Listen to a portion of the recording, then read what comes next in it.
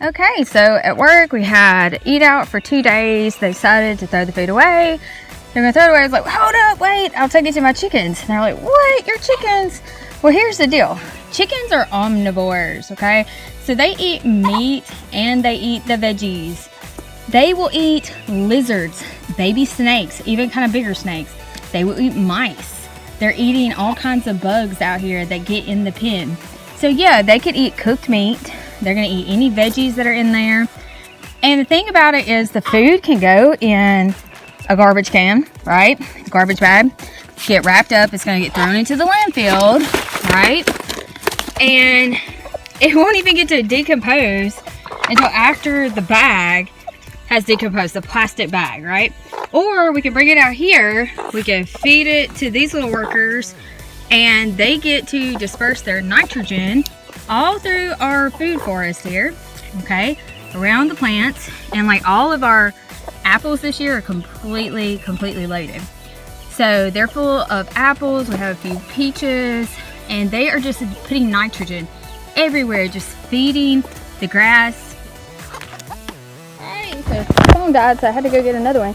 But as you can see, like, this is really easy, kind of buffet style for them. It's gonna be easy for me to clean up. But we often, when we're cooking and we're preparing the food, anything that's left over gets put in a box, you know, that we're cutting off the ends and stuff, the extras, and we'll come and we'll just sprinkle it out here because it gives them activities. It gives them a way to, you know, sit there and forage and all that. They're so mean to my duck.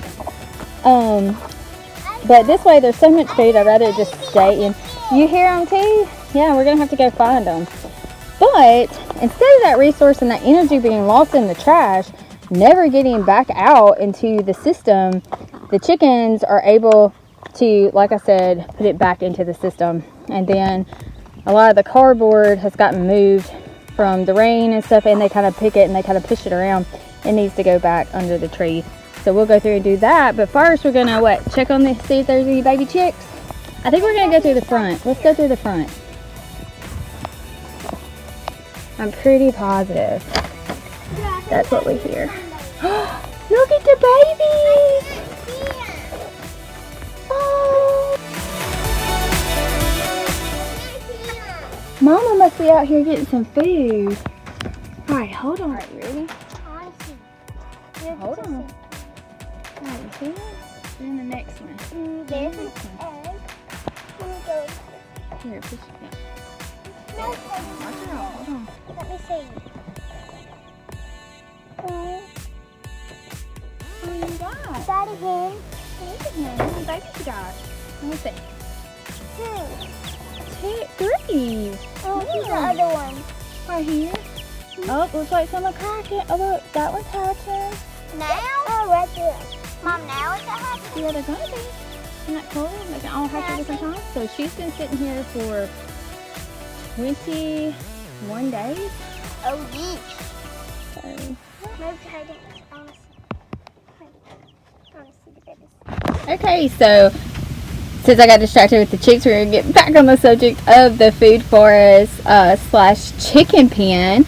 And just wanted to back up and make sure that, I think I said earlier, I talked about the apples and the peaches, but there's also plums in there. So there's several different types of apples and plums and peaches in that side. So those are all the bigger trees that the chickens can't tear up. So anything that is smaller, like figs and blueberries, they're outside the fence because they'll definitely get into the blueberries and into the figs.